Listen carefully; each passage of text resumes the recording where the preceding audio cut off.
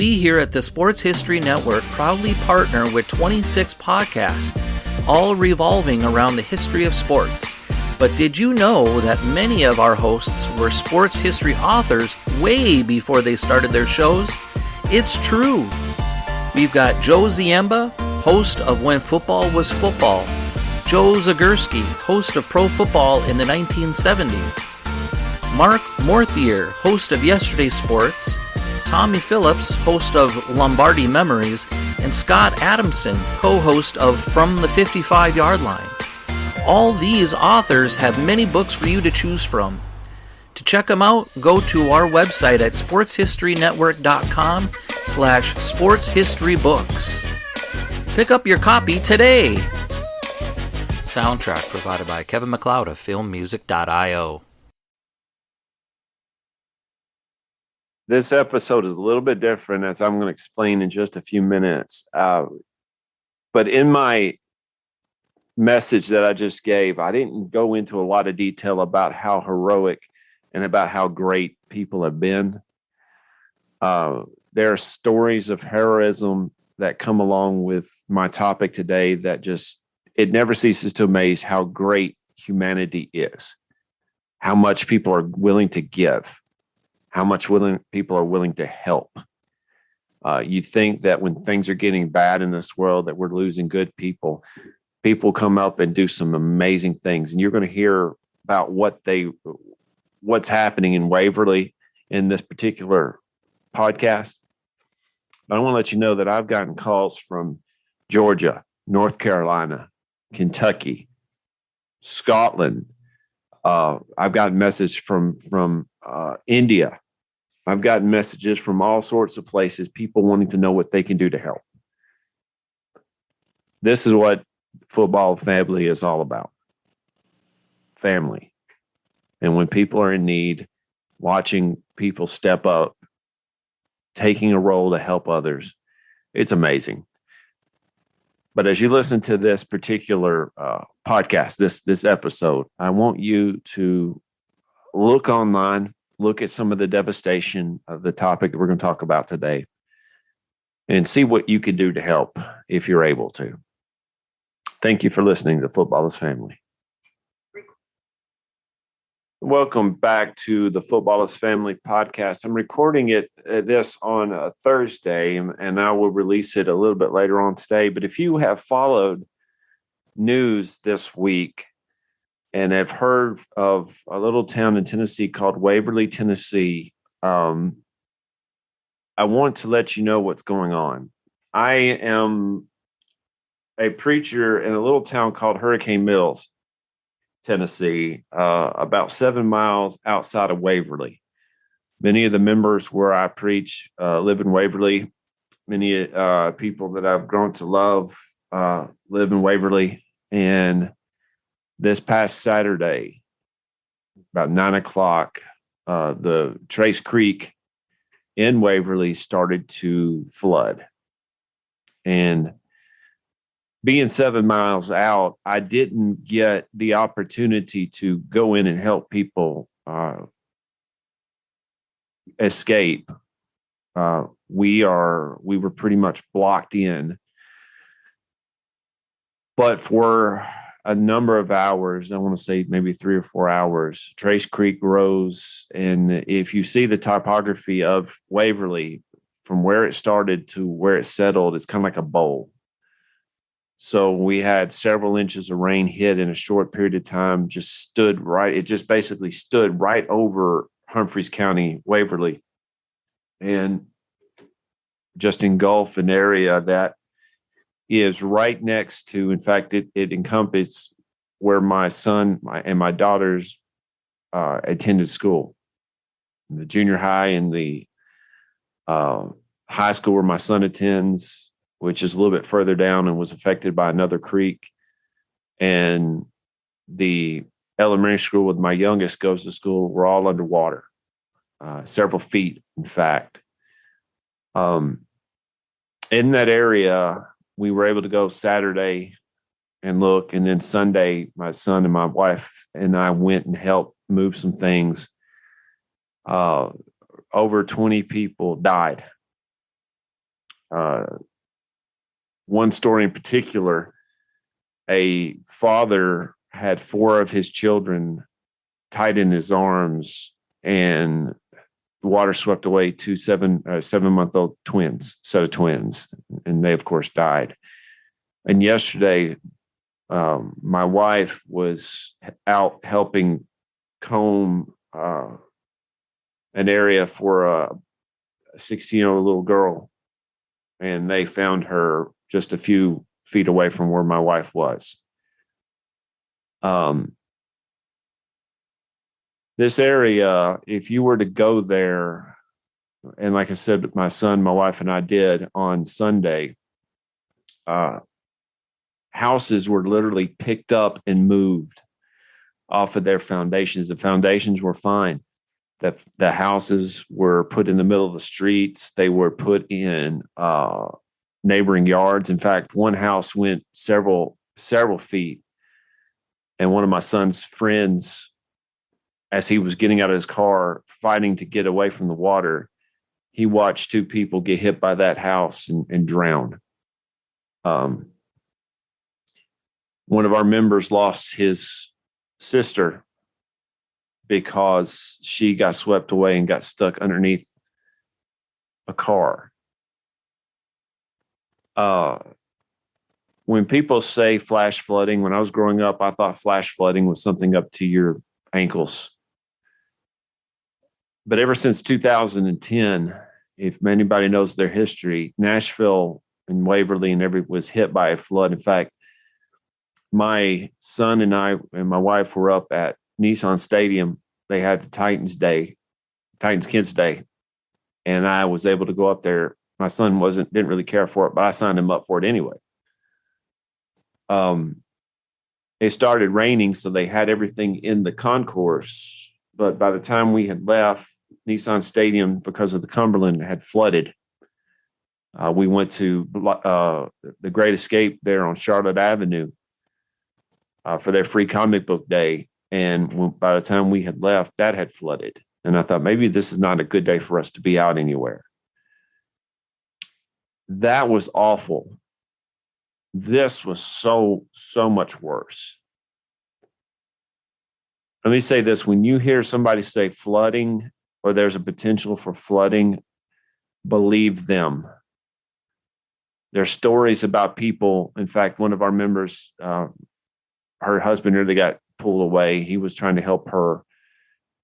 She had to literally get on a bench and then put a chair and take a pair of hedge clippers and chisel out the ceiling tiles to get up onto the roof to keep from drowning because the water came in so fast.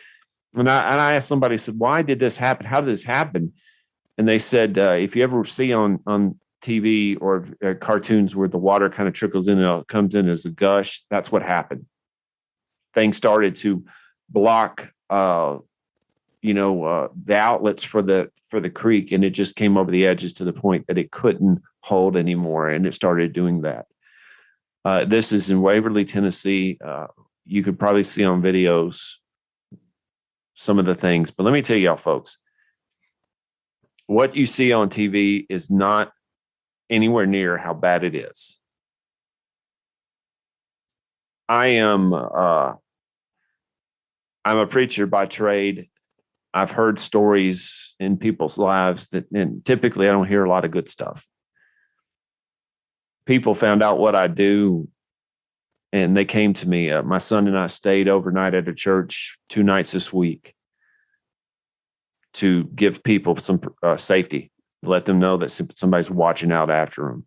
I heard stories about people nearly dying. In fact, 2 ladies I saw today, she said there was a man, she calls him her angel.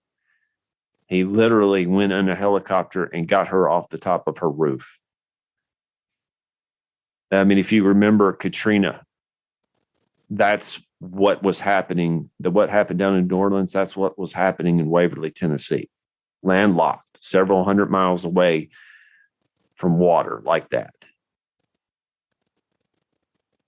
Don't And again, this doesn't have a lot to do with football, although I'm going to tell you something in just a minute that does have something to do with football. Don't take flash flood warnings for granted. If somebody comes up to your door and say it is about to flood, get out. Get out. There's nothing you can do about that. Take those things seriously, please. I mentioned last week about traditions, about valuing things like that. My kids' school year is pretty much shot this year, and this is only in August. There's traditions that we're going to hold even more precious this year, whether it be Thanksgiving or Christmas. We're going to hold them more precious because we were within 7 miles of the worst of this.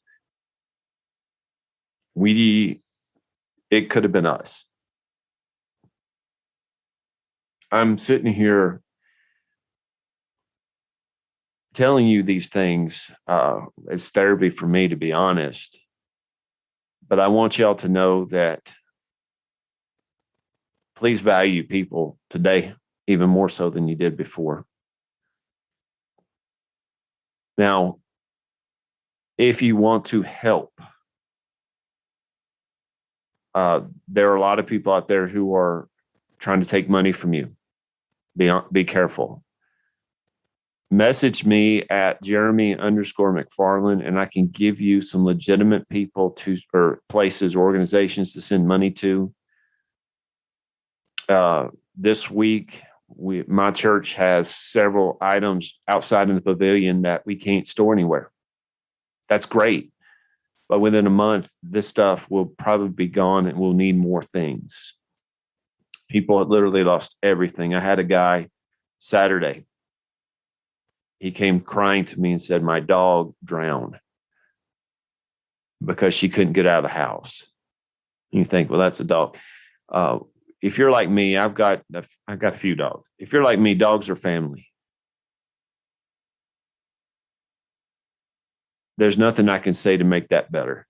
And that's something that drives me crazy because I want to help people like that.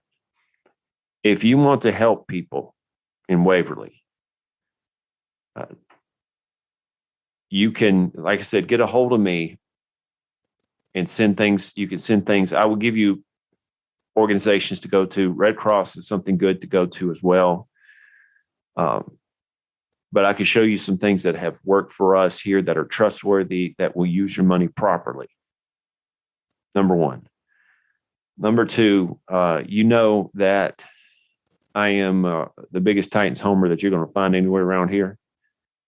Yesterday, I found out from Jim Wyatt Sports, I think it's at Jim Wyatt on Twitter, that the Tennessee Titans are donating $50,000 to the recovery in the efforts here in Waverly. $50,000 to recovery, to everything else they need. But what's neat about this as well, my son is actually in the band, so I'm going to have to take him up on this. I guess I have to do this. They're going to offer the Waverly Central High School Tigers 1 to 2 games to be able to be played in the Nissan Stadium. The stadium, it's washed out. Everything in the high school is destroyed like that. So they're going to get to play high school games if this works out in Nissan Stadium. I guess I have to go. But I want to tell you this. How many high schoolers you know can say, I got to play football in an NFL stadium? Like I said, guys, hold the people you love close. I just got through listening to a John Mayer song called Say. It says, say what you need to say. Don't hold it in. Say what you need to say. Value people. Value moments. In all things, value each other. Thank y'all and have a great day.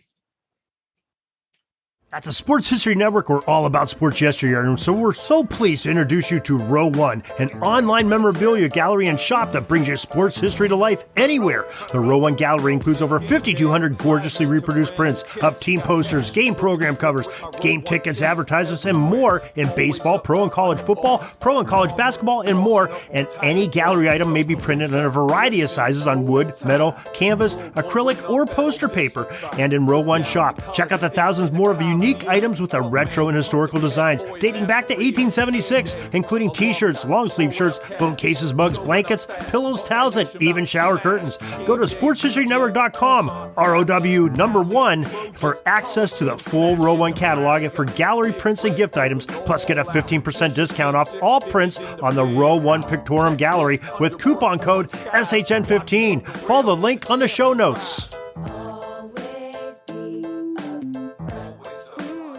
At the Sports History Network, we're all about sports yesteryear, and so we're so pleased to introduce you to Row One, an online memorabilia gallery and shop that brings your sports history to life anywhere. The Row One gallery includes over 5,200 gorgeously reproduced prints of team posters, game program covers, game tickets, advertisements, and more in baseball, pro and college football, pro and college basketball, and more. And any gallery item may be printed in a variety of sizes on wood, metal, canvas, acrylic, or poster paper. And in Row One shop, check out the thousands more of unique items with the retro and historical designs dating back to 1876, including t-shirts, long sleeve shirts, phone cases, mugs, blankets, pillows, towels, and even shower curtains. Go to sportshistorynetwork.com, ROW1, for access to the full Row One catalog and for gallery prints and gift items, plus get a 15% discount off all prints on the Row One Pictorium Gallery with coupon code SHN15. Follow the link on the show notes.